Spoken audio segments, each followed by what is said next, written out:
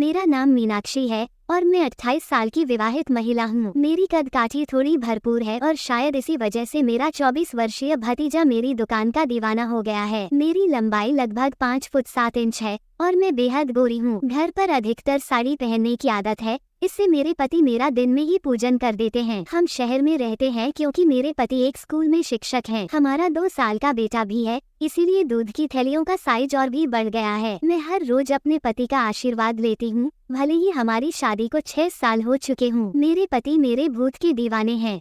आमतौर पर भूत का रंग काला ही होता है, लेकिन मैं बहुत साफ सफाई रखती हूँ और कभी कभार मेकअप भी कर लिया करती हूँ। वे अक्सर मेरी साफ सफाई और कभी कभी मेकअप की तारीफ भी करते हैं। पिछले महीने एक अप्रत्याशित घटना घटी। मेरे पति रवि अपने किसी मित्र की शादी में गए थे और वहाँ दोस्तों के साथ शराब पी ली। घर लौटते समय उनका बाइक से एक्सीडेंट हो गया, जिसमें उनकी रीढ़ की हड्डी टूट गई और डॉक्टर ने बताया कि ठीक होने में 7 महीने लगेंगे। इसलिए रवि जो मेरे हैं और मेरी जेठानी और मेरा भतीजा विशाल मेरे पति की देखभाल करने आ गए। मेरे जेठ और जेठानी जल्दी वापस लौट गए, लेकिन रवि ने विशाल को कुछ दिनों के लिए रुकने को कहा क्योंकि वह खुद खड़े होने में असमर्थ थे। मुझे ही बाजार से सामान लाने और अन्य काम करने पड़ते थे। विशाल ने खुशी खुशी रुकने का निर्णय लिया। वह दिखने में सामान्य और ठीक ठाक कदकाठी वाला था। वह कोई बिगड़ा हुआ लड़का नहीं था और मुझे भी अच्छा लगा कि कोई मदद करने वाला आ गया है। आज विशाल थोड़ा झिझक रहा था, शायद इसलिए कि वो शादी में पहली बार मुझसे मिला था। रात को विशाल समय से सो गया और मैं रवि को खाना खिलाकर उनके पास बैठ गई। अचानक मेरी भावनाएं उमड़ आई और मैंने रवि से कहा, वह दिन भी क्या थे जब आप रोज भूत मारा करते थे। ये सुनकर रवि मुस्कुराए और बोले, क्या बात है मेरी रानी, आज बहुत जोश में हो। मैंने कहा, नहीं जी, आपको तो मजाक सूझ रहा है और इधर मेरी हालत खराब हो रही है। सच कहूँ, इस भूत ने मुझे बहुत तंग कर दिया है। रवि ने गंभीर होकर कहा, मैं तुम्हारा दर्द समझ सकता हूँ पूजा, मेरा भी दिल करता है, लेकिन क्या करूँ, मैं तो खुद ठीक से खड़ा भी नहीं हो सकता। बस कुछ दिन और संभालो भूत को, फिर देखना मैं इस भूत का क्या हाल करता हूँ। तभी मैंने कहा, थोड़े दिन नहीं, पूरे 9 महीने बाकी है प्लास्टर उतरने में और मेरा तो 1 महीने में ही ये हाल हो गया है। पता नहीं आगे के दिन कैसे कटेंगे। मेरे पति मेरी उदासी दूर करने के लिए बोले, चलो भूत नहीं तो कम से कम दूध ही पिला दो, डॉक्टर ने भी कहा है। तभी मैं बोली, आपके नसीब में तो वह भी नहीं है, आपके बेटे ने पी लिया है। हम दोनों जोर जोर से हंसने लगे। मेरे पति मुझे खुश रखने की पूरी कोशिश करते थे, लेकिन मैं क्या करूं, सब बेकार था। थोड़ी देर बाद रवि सो गए क्योंकि उनकी दवाइयों में नींद की गोलियां भी थी, लेकिन मुझे नींद कहाँ आ रही थी। इसीलिए मैं खड़ी होकर विशाल को देखने चली गई कि वह सोया है या नहीं। विशाल अभी तक जाग रहा था और मोबाइल देख रहा था। मैंने उसके कमरे में जाकर कहा, क्या हुआ विशाल, रात के 12 बजे बज चुके हैं और तुम अभी तक सोए नहीं हो, लगता है तुम्हारा मन नहीं लग रहा है। विशाल उठकर बैठ गया और बोला, नहीं चाची, ऐसी कोई बात नहीं है। यूं ही फोन देखते देखते लेट गया। फिर विशाल ने पूछा, चाची आप भी तो नहीं सोई हो। मैंने कहा, मुझे तो आजकल नींद ही नहीं आती। विशाल ने पूछा, क्यों, क्या बात हो गई। मैं हंसते हुए बोली, नहीं नहीं, वह बात नहीं है, बस मैं तुम्हें नहीं बता सकती। जब तुम्हारी शादी होगी तो तुम खुद समझ जाओगे। मेरे मुंह से ऐसा सुनते ही विशाल ने अपनी नजर नीचे झुका ली और अंदर ही अंदर मुस्कुराने लगा। तभी मैंने कहा, अरे तुम तो इतनी सी बात पर शर्मा गए। अच्छा बताओ, अभी तक कोई लड़की पटाई है या नहीं। विशाल कुछ नहीं बोला, उसे अभी भी शर्म ही आ रही थी। तभी मैंने उसका हाथ पकड़ा और कहा, अरे पागल, अपनी चाची से इतना मत शर्माओ। वह धीरे से बोला, चाची सच बताऊं तो ऐसी बातें मैंने अभी तक अपने दोस्तों से भी नहीं की है। मैंने कहा, अच्छा तुम मुझे अपना दोस्त ही समझ लो ना, क्योंकि मुझे ऐसी बातें करने में बहुत ज्यादा मजा आता है। विशाल ने कहा, हाँ चाची, एक थी लेकिन उसने अभी मेरे से फ्रेंडशिप तोड़ दी है। मैंने पूछा, तुमने उसकी ठुकाई तो कर दी होगी।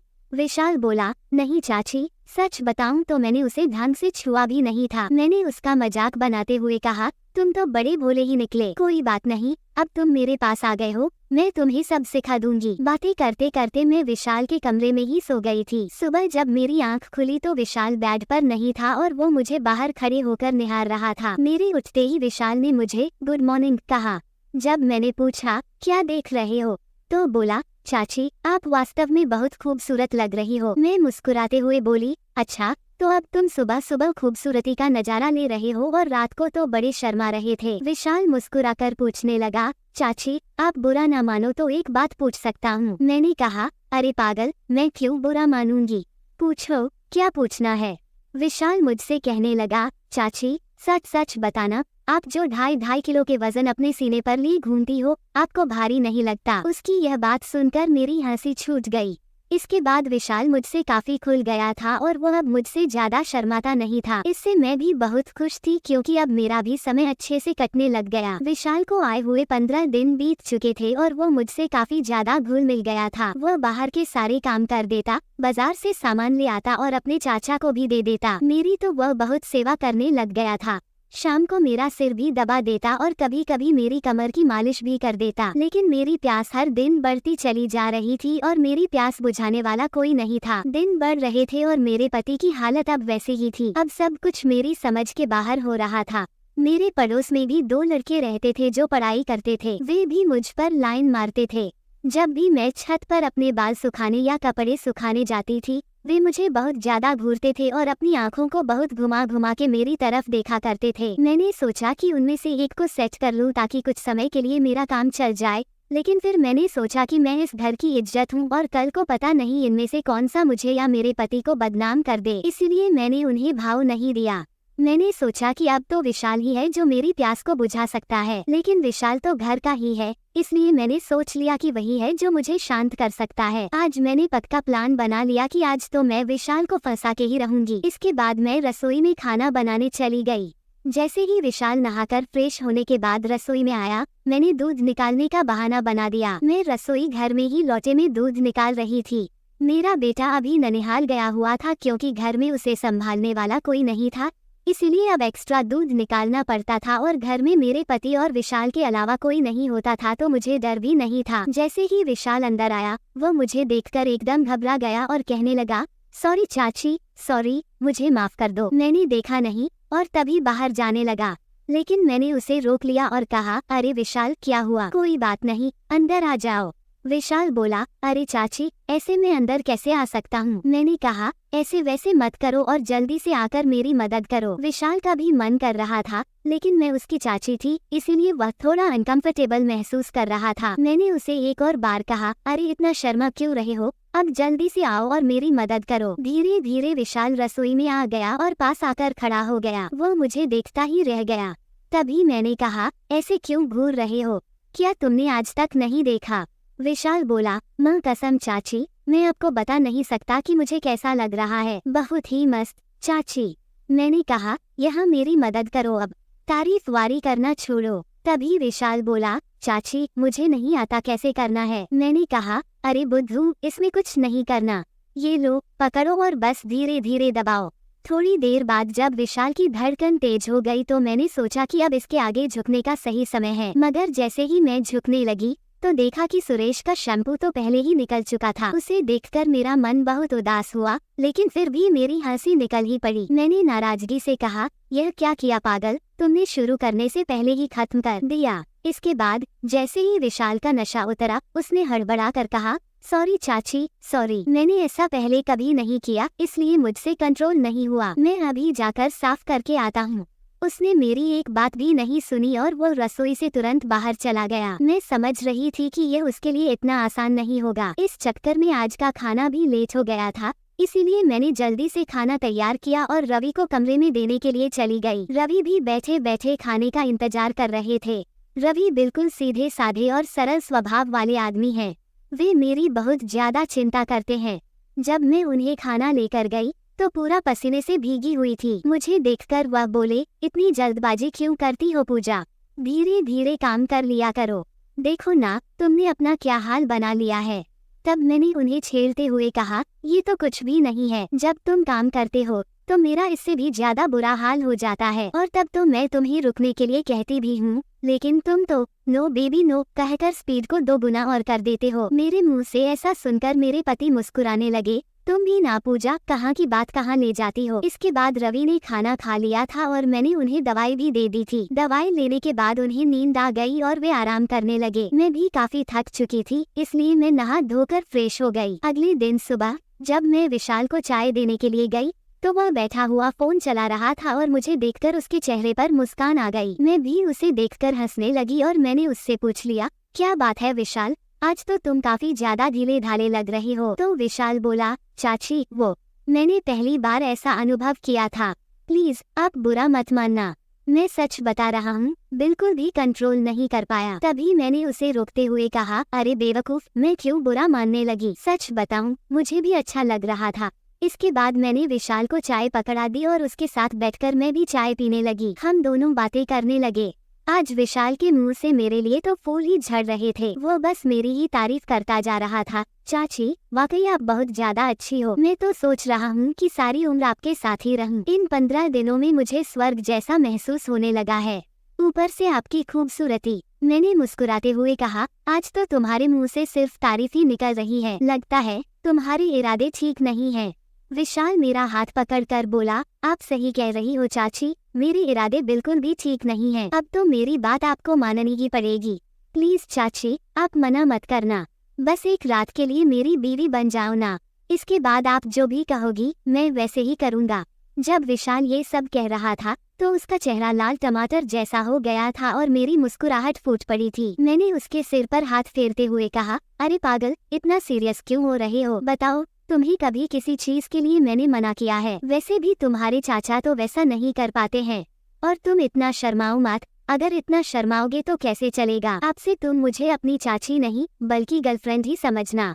विशाल बोला, चाची एक और बात है, मेरा तो ते ही निकल जाता है, मैं बहुत कंट्रोल करता हूँ क्योंकि आप इतनी खूबसूरत हैं। मैंने उसे कहा, इसकी चिंता मत करो, उसका इंतजाम मैं कर दूंगी, तुम बस रात को तैयार रहना। इतना कहते ही विशाल खुश हो गया और उसने थैंक यू चाची, थैंक यू की रट लगा दी। कहने लगा, चाची आप बहुत अच्छी हैं। और इसके बाद मैं चली गई क्योंकि शाम हो रही थी और मुझे रवि को नहलाना भी था। जब रवि नहा लिए तो सुरेश उन्हें बाहर घुमाने ले गया। इसके बाद मैंने जल्दी जल्दी सारा काम कर लिया और उनके आने तक खाना भी तैयार कर दिया। आते ही उन लोगों ने हाथ पैर धोए और खाना खाने के लिए बैठ गए। विशाल भी अपने चाचा के साथ खूब मस्ती करने लगा और खूब सारी बातें करने लगा। हमने बहुत ज्यादा हंसी मजाक किया और उन्हें ज्यादा दर्द न हो और आसानी से नींद आ जाए, इसलिए रवि को दवाई देकर जल्दी ही सुला दिया। मैं उनका सिर दबा रही थी। जैसे ही मुझे पता चला कि रवि सो चुके हैं, मैं नहाने चली गई और नहाकर साड़ी पहन ली, बालों का जुड़ा बना लिया और अच्छे से महक की परफ्यूम भी लगा ली। वैसे तो मैं मेकअप कभी कभी करती हूँ, लेकिन आज थोड़ा थोड़ा कर ही लिया ताकि चेहरा ब्लश करे।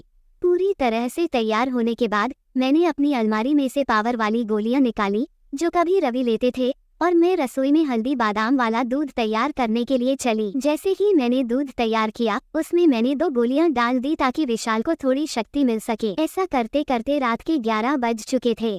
फिर मैंने जल्दी से दूध का गिलास लिया और सुरेश के कमरे में चली गई। विशाल बड़े ध्यान से मेरा इंतजार कर रहा था। जैसे ही मैं अंदर आई वह खड़ा हो गया और मुझे देखने लगा। जब वह कुछ नहीं बोला तो मैंने पूछ ही लिया, ऐसा क्या देख रहे हो, बताओ मैं कैसी लग रही हूँ? विशाल ने संकोच में कहा, चाची मन तो ऐसा कर रहा है कि आपको अभी खा जाऊं। मैंने हंसते हुए उसे दूध का गिलास पकड़ा दिया और कहा, मुझे खाने की जरूरत नहीं है, बस तुम इसे पी लो। विशाल ने जल्दी से गिलास पकड़ा और एक सांस में सारा दूध पी गया। दूध पीते ही मैंने कहा, चलो अब जल्दी से पूजा शुरू करते हैं। उसने जवाब दिया, चाची पूजा तो शुरू कर दूंगा, लेकिन अब दिए में तेल डालोगी या फिर सीधे ही पूजा करवाओगी? मैंने मुस्कुराते हुए कहा, तुम मेरी चिंता मत करो, मैं पहले से ही तेल डालकर आई हूँ। इसके बाद जो हुआ वह बताते हुए मुझे शर्म आ रही है। मैं विशाल को अब तक बच्चा ही समझ रही थी, लेकिन उसने पूजा में मेरे पति को भी पीछे छोड़ दिया था। सुरेश ने सबसे पहले काजू कतली का स्वाद चखा। मेरे पति ने आज तक काजू कतली नहीं खाई, वे तो सीधे ही पूजा करना शुरू कर देते थे। जब मैंने विशाल से कहा, बस अब और ज्यादा मत करो, कितना खाओगे? तो उसने जवाब दिया, नहीं चाची आपको नहीं पता ये कितनी मीठी है, इसी के लिए हम पागल रहते हैं। यह विशाल की पहली पूजा थी, इसीलिए वह आधे घंटे से ज्यादा नहीं कर पाया। तो मैंने उसे ज्यादा नहीं रोका और मैं ज्यादा थकी भी नहीं थी, लेकिन सुरेश पसीने से तर हो चुका था। मुझे भी 1.5 महीने बाद पूजन का सुख मिल रहा था, तो मैं भी बहुत खुश थी। इसके बाद विशाल थक चुका था और आराम करने लगा। मैं भी वहीं पर थी। जब मैंने उससे पूछा कैसा लगा फर्स्ट टाइम, तो विशाल ने जवाब दिया, चाची सच कहूँ तो ऐसा लगा जैसे जिंदगी के सारे सुख एक साथ मिल गए हों। आप दिल की बहुत अच्छी हो, यह कहूँ तो दुनिया की सबसे अच्छी चाची हो। फिर हम बातें करते करते सो गए। सुबह जब मैं उठी तो बिल्कुल फ्रेश महसूस कर रही थी। मैंने उठकर चाय नाश्ता बना लिया और रवि को भी दे आई। इसके बाद विशाल को भी चाय देने के लिए उसके कमरे में चली गई। वह भी उठ चुका था और चाय लेकर उसने मुझसे पूछा, चाची, मुझे डर लग रहा है, कहीं हमने कुछ गलत तो नहीं कर दिया। मुझे लगा कि शायद विशाल को पछतावा हो रहा है।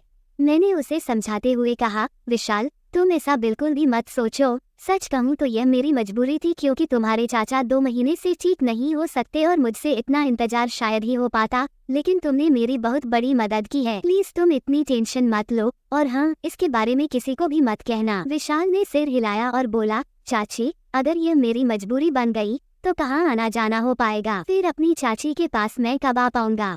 चाची ने बोला, मैंने तुम्हें मना कब किया है? इतना कहकर मैं मुस्कुराने लगी और विशाल फिर से मेरी तारीफ करने लगा। चाची, आपकी जितनी तारीफ की जाए उतनी कम है। पता नहीं पिछले जन्म में मैंने ऐसे कौन से पुण्य किए थे जो मुझे आपकी जैसी चाची मिली। इसके बाद मेरे और विशाल के बीच पक्की वाली दोस्ती हो गई। अब जब भी मेरा मन करता मैं विशाल से पूजन करवा लेती थी। इसी बीच विशाल के पापा ने फोन भी किया कि वो घर आ जाए, लेकिन विशाल ने मना कर दिया। अब मेरे पति रवि भी चलने फिरने लगे थे, तो हम लोग बाजार में भी घूमने लगे थे। शाम को भी जब मैं रवि को सुलाकर विशाल के पास जाती तो वह मेरे पैर दबाता, कमर की मालिश करता और सर भी दबाता। मैं विशाल से कहती थी, मेरे लिए इतना कुछ करने की जरूरत नहीं है, लेकिन वह नहीं मानता और कहता, चुप रहो चाची, आप सारे दिन कितना सारा काम करती हो, इसीलिए थक जाती हो, तो इतना तो मुझे भी करने दो। मित्रों, कई बार ऐसे रिश्तों में फंसने का कारण अकेलापन, भावनात्मक सहारा पाने की इच्छा या असंतोषजनक वैवाहिक जीवन हो सकता है, लेकिन इन कारणों के बावजूद मर्यादा और नैतिकता को कायम रखना आवश्यक है। रिश्तों के बीच की सीमाओं का सम्मान करना एक स्वस्थ और मजबूत समाज के निर्माण के लिए जरूरी है। अगर किसी के मन में इस प्रकार की भावनाएं उभरती हैं, तो उस व्यक्ति को खुद से सवाल पूछने चाहिए, क्या ये संबंध सही है? क्या इसका कोई सकारात्मक परिणाम हो सकता है? इससे किसी का दिल टूटेगा या घर उजड़ जाएगा? इन सवालों पर विचार करते हुए सही दिशा में कदम बढ़ाना जरूरी है। समस्या का हल कभी कभी उचित संवाद में भी होता है। अगर कोई व्यक्ति भावनात्मक रूप से असंतुष्ट है, तो बेहतर होगा कि वह अपने साथी के साथ खुलकर बात करे और अपने रिश्ते को सुधारने का प्रयास करे। मानसिक और भावनात्मक संतुलन के लिए कभी कभी परिवार या किसी विशेषज्ञ से सलाह लेना भी सही कदम हो सकता है। अंततः चाची और भतीजे के बीच प्रेम प्रसंग को सही नहीं ठहराया जा सकता, क्योंकि यह न केवल समाज और परिवार के मानकों के विपरीत है, बल्कि इससे खुद व्यक्तियों को भी भावनात्मक और मानसिक पीड़ा का सामना करना पड़ सकता है। जीवन में रिश्तों की गरिमा बनाए रखना और सही निर्णय लेना ही सच्ची समझदारी है। तो दोस्तों, बताओ कहानी कैसी लगी? अगर कहानी पसंद आई हो तो लाइक, कमेंट और चैनल को सब्सक्राइब करें। धन्यवाद।